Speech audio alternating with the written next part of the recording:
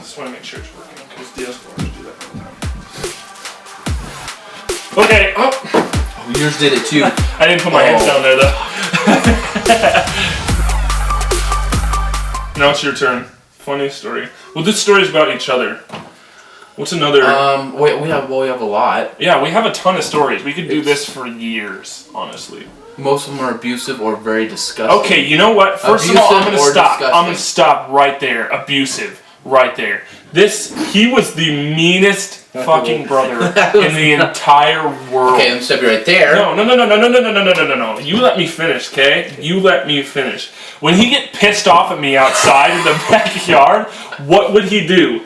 He would push me down on the ground, hold my head down, rip up grass out of the lawn, and shove it in my mouth.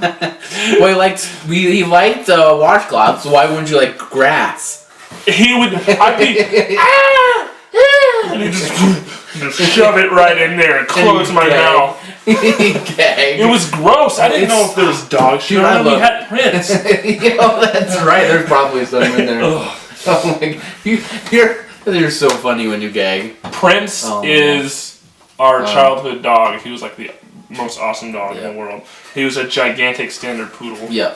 A lot of he was laughed. Huge. A lot of he was huge. He was the most awesome dog in the world. But he did, when he got older, he got slow. And so I remember. I don't really remember much of when he was older. I remember in the backyard we would throw the ball right at him, and it would hit him. Yeah. He used to fly around the backyard and jump over small children. Yeah, there's actually I plan on capturing some video of our old VHS tapes and just uploading some funny things. Great dog. Yeah, super dog. Great dog. That's we miss him. He had major organ failures when I was about 11, around that, and we had to put him down, so that sucked hardcore. Hardcore. I teared. I cried. I didn't, because I was so young. I didn't know how to handle it because I hadn't lost anything. Yeah. But dogs, one thing about most dogs, that they'll forgive you for everything. Well, yeah, we were there. And they're always there for you, and they're never, Well, we were there with him during the whole thing. Were you? No. Josh, were you working? Well, no, I was with. Oh. Anyways, no. Your turn. You did that. Okay, so what did we just talk about? We just talked about the grass. The grass in your mouth. Well, down here, we spent a lot of time in this basement. A lot of the time. This is where we grew up. And it looks, after Mom and Dad, it used to look really crappy because there was like, the walls were all messed up, and anyways, we used to have, like, ball fights. One would be on this side of the room, and someone would be over there, and we would throw that. All kinds of freaking balls at each other. Oh my god, that was so much fun. Dude, I cannot believe, I can understand now why Mom and Dad were like, shut the hell up down there. Boom! Boom! And I remember him freaking. Dude, if I came down here and the kids were doing that, I'd be like, dude, quit it. But dude, we were freaking chucking them. They would hit the wall so hard. Oh man, it freaking hard. I remember whenever he got together with Johnny. Johnny is our next door neighbor. David and Johnny were like our best friends growing up. I still talk to David. He's my absolute best friend in the entire world. Hands down. Because he was nicer to me than Josh and Johnny was. So Josh and Johnny would always have this game. They'd go at what? David was mean to me. Was he? Well, he was nice, but then when you got around Johnny, it seemed like they kind of. Well, it's because Johnny and David have granted, me and David are best friends, but it doesn't compare with the relationship that Johnny and David have. Because they went to high school together, they grew up here in this neighborhood together. Yeah. They're like best friends in the entire world. But the whole thing with David and Johnny, I'm going to start with David and Johnny, is when they got together, David is extremely cynical, Johnny's extremely, he's a troublemaker, I'd say. A huge troublemaker. Love him to death, but he's a troublemaker. They would even do things to us while we were outside, thought alone, that we didn't even know about. David even told me, a couple years ago, they used to see us playing basketball in our front yard. Which we did a lot, too. We did that All crazy. the time. Our whole setup was we'd watch a Michael Jordan video, we'd go out and play basketball. He'd be Shaq, I'd be Michael Jordan. Right. The Shaq Meister. Yep. I still am Shaq, too. I'm just retired Shaq that doesn't work out anymore. So, a couple years ago, David said, yeah, we'd always fuck with you and you wouldn't know it. And I'm like, what are you talking about? Apparently, they'd climb up to David's roof. Our house is here. David's house is across the street, directly adjacent. They crawl up to the roof with David's pellet gun and shoot our ball while we were shooting it. Oh my god. And we had no idea. Like, they said that we'd comment on it, too. Be like, what was that? What was that? What's wrong with the ball? And then be awesome. on the roof shooting us with pellets in the crowd. That's awesome. That was good.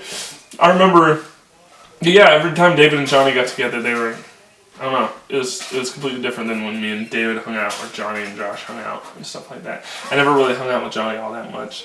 It's just... I didn't too much either. I did a few times, but... No. Yeah, like when we were growing up, it wasn't all that much. I talk to David, I think, every single day now.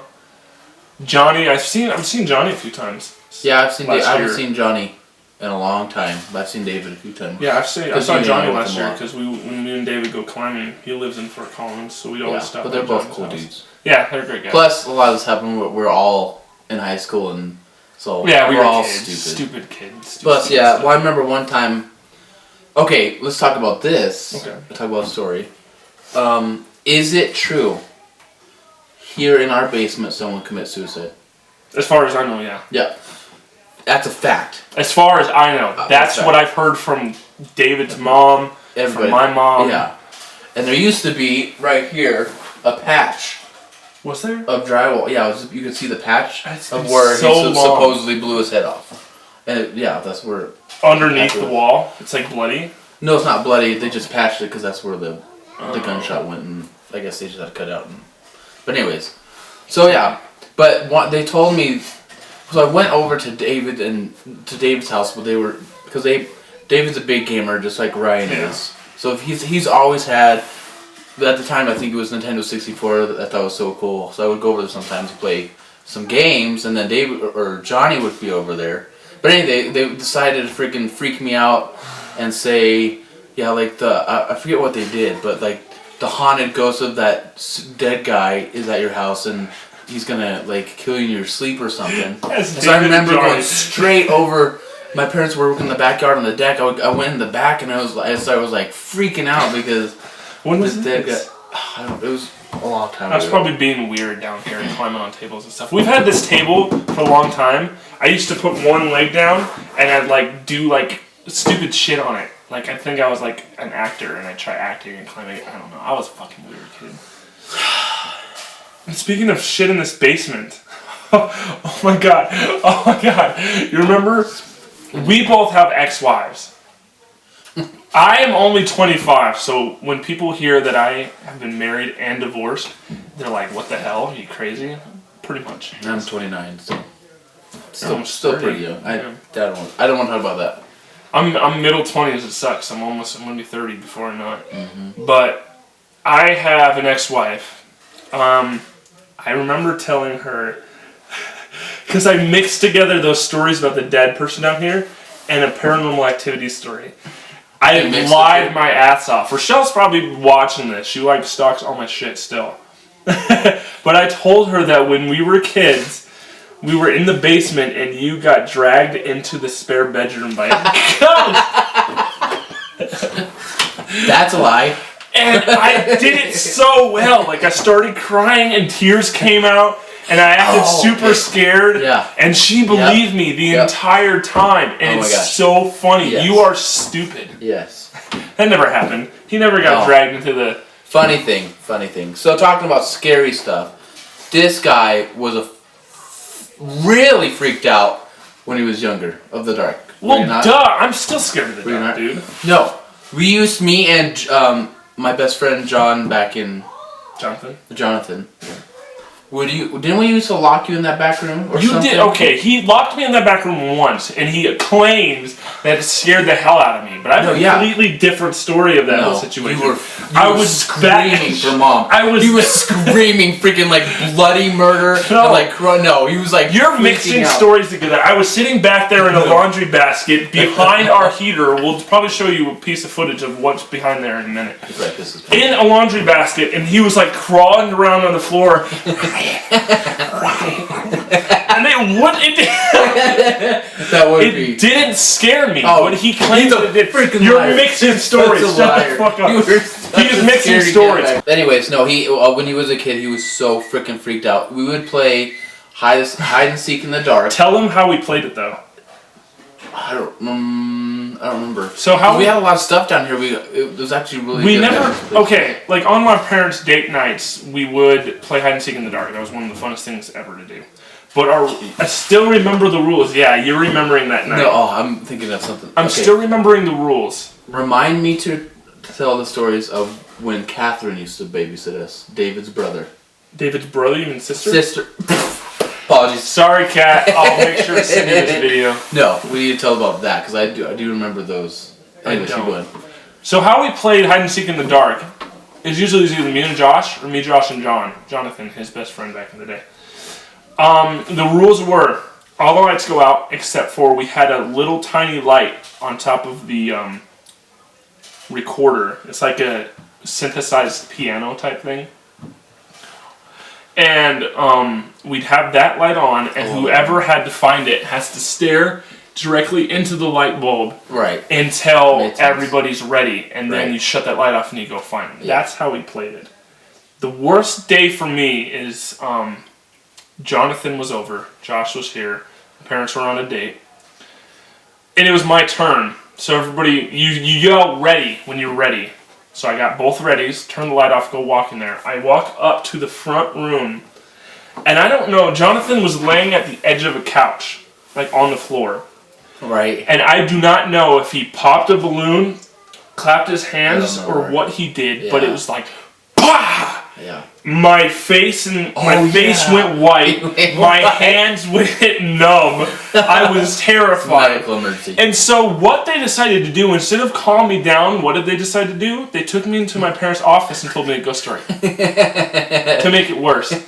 And there's one thing you never remember though. They told me a ghost story about how they drove past an assailant asylum and all the patients were walking out towards the car and the car died and it scared the hell out of me. And then what happened? Remember? No, we're talking about, that's part of the story of 5th Street Bridge. Or 3rd Street Bridge. I've been there. But yeah, it's part of the story about the 3rd Street Bridge. We'll go into that. But do you remember what happened right after that ghost story? Our neighbors, the Hitchcocks, used to hunt a lot. They'd have blue heelers and stuff for hunting in their backyard. So their dogs would always be out back barking. And one thing that happened, I don't know how it happened like this, maybe it was our perception, but the dogs were barking. The window was right next to us, and they were out down to the right. But the dogs started barking, and the way it sounded like they were barking, it sounded like they were coming up from the stairs. Do you remember that? Mm-hmm. And we all froze, and it made it worse for me. Because the minute that they realized that it was just the Hitchcock's dog, they looked at me, and I was like, fucking pale face. I couldn't feel my hands. I remember that feeling too. Mm-hmm. That was the worst ever. That was more terrifying than anything that happened. Because apparently, I'm guessing that one of their dogs was walking along the fence line like that to there. Well, yeah, and the way we heard it was through this ear, and it got louder. And so it sounded like it was going up these stairs behind us. That was scary as hell. Ugh.